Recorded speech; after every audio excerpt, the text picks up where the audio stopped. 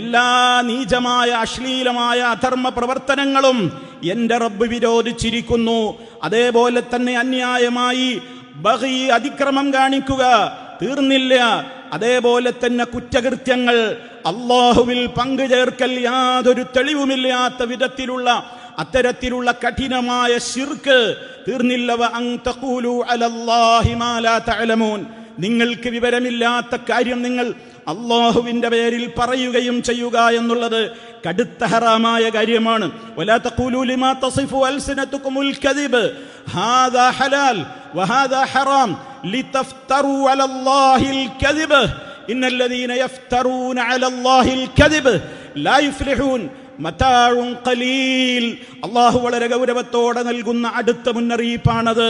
നിങ്ങൾ ഇന്നതൊക്കെ ഹലാലാണ് ഇന്നതൊക്കെ ഹറാമാണ് എന്ന് നിങ്ങൾ അങ്ങനെ പറയരുത്. അല്ലാഹുവിന്റെ പേരിലാണ് നിങ്ങൾ സംസാരിക്കുന്നത്. റബ്ബിന്റെ പേരിൽ കളവായി പോകുന്ന വിധത്തിലെങ്ങാനും നിങ്ങൾ ഫത്വകൾ കൊടുത്താൽ, മതവിധികൾ കൊടുത്താൽ, ചോദ്യങ്ങളോട് പ്രതികരിച്ചാൽ, ഇന്നല്ലദീന യഫ്തറൂന അലല്ലാഹിൽ കദിബ, അല്ലാഹുവിന്റെ മേൽ കള്ളം കെട്ടിപ്പറയുന്നവർ ഒരിക്കലും വിജയിക്കാൻ പോകുന്നില്ല. ദുന്യാവിലെ കേവലം ചെറിയ വിധത്തിലുള്ള ചില സുഖ സൗകര്യങ്ങളൊക്കെ അവർക്ക് കിട്ടി എന്ന് വന്നേക്കാം. പക്ഷേ അതല്ലല്ലോ നമ്മൾ ഇൽമ് നേടിയതിന്റെ ലക്ഷ്യം, അതല്ലല്ലോ നമ്മുടെ പരമമായ ലക്ഷ്യം. ആഖിറത്തിൽ രക്ഷപ്പെടലല്ലേ. അതുകൊണ്ട് അല്ലാഹു പറയുന്നു വലഹും അദാബുൻ അലീം, അവർക്ക് വേദനയേറിയ ശിക്ഷയുണ്ടാകും എന്ന്. ഒന്നാമത്തെ അപകടം ഇത് തന്നെയാണ്. റബ്ബിന്റെ മേൽ കളവ് പറയലായി പോകും. നമ്മൾ അറിയാതെ മതകാര്യത്തിൽ ഇടപെട്ടുകൊണ്ട് ആളുകളുടെ സംശയത്തിന് മറുപടി കൊടുത്താൽ. രണ്ടാമത്തെ അപകടം എന്താണ്? നമ്മൾ അതിലൂടെ നമ്മൾ പിഴക്കുന്നു എന്ന് മാത്രമല്ല, ജനങ്ങളെ നമ്മൾ വഴികേടിലാക്കുകയാണ് ചെയ്യുന്നത്. അന്ത്യനാളിന്റെ ലക്ഷണമായി കൊണ്ട് മുഹമ്മദ് മുസ്തഫ സല്ലല്ലാഹു അലൈഹി വസല്ലം പറഞ്ഞില്ലേ, ഒരു കാലഘട്ടം വരുമ്പോൾ വിജ്ഞാനം ഉയർന്നു പോകും.